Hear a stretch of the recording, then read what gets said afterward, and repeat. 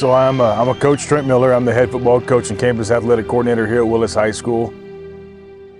New head coach, had no idea what I was doing, which I think any head coach can attest to that first year just being absolutely crazy. Man, June 26, 2017, got up, got to work at 6:45 in the morning, got through the day, and I got about halfway home, called Lindsay, my wife, say I'm headed home. She had just picked up the kids.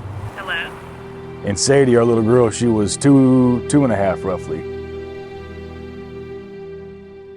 Back my truck in the driveway, hitched my truck up to the trailer, and about that time I'm getting ready to pull out. Lindsay and the kids are pulling in. I'll be right back.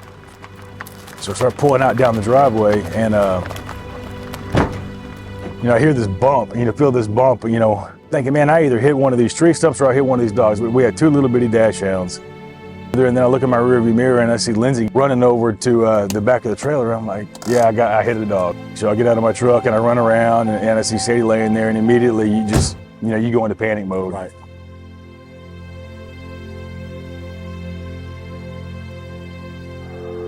Copy that. So I get 911 on the phone. Man, the Montgomery County Sheriff's Department, the fire department, and the ambulance were there, it seemed like within, 3 or 4 minutes. Got her strapped up, got her in the ambulance, and I was just praying to God that whole trip. Man, don't do this to her, man, just take me.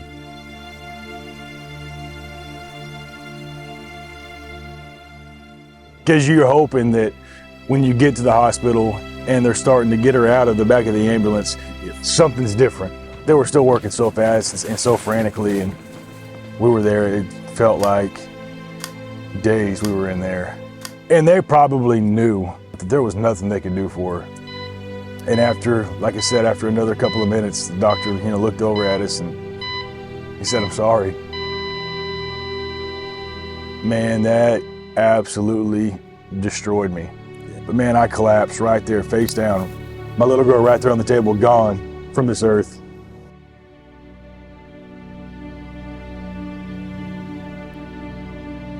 Reality starts to settle in.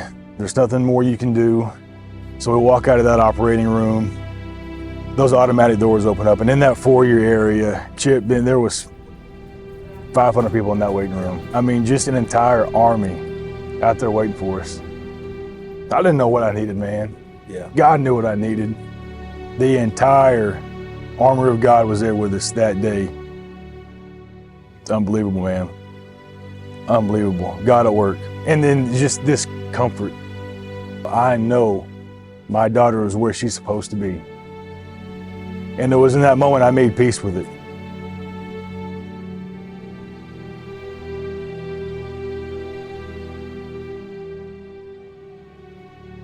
So we got done, and then the next morning, I woke up and I told Lindsay, I said, I want to speak at Sadie's celebration. I talked about how God put people in my life as a tool to build the kingdom. That's what it's all about. It's all about furthering the kingdom. When you don't know what you need, God's going to show up. He's going to be there for you. Time don't heal nothing, man. God heals everything. The Bible says, ask and you shall receive. And you may not receive on your own terms or on your own time, but when you need God the most, man, He's there for you. The FCA was huge, man, and Jamie Clark with the FCA showed up at my door. I said, "Jamie, come on in, man." So I shared my story with him. He built relationships with those kids and those players, and again, you talk about God showing up. Always hit on something that either myself or somebody in that room needed. But we have the opportunity to impact and change someone's life in their most vulnerable state of life every single day. Because I don't have all the answers, and that's okay. I want them to walk away a better person than before I knew them, to where they're a better version of themselves and they can impact the people around them in a positive way. Man, to me, that's my definition of success. And only God can do that.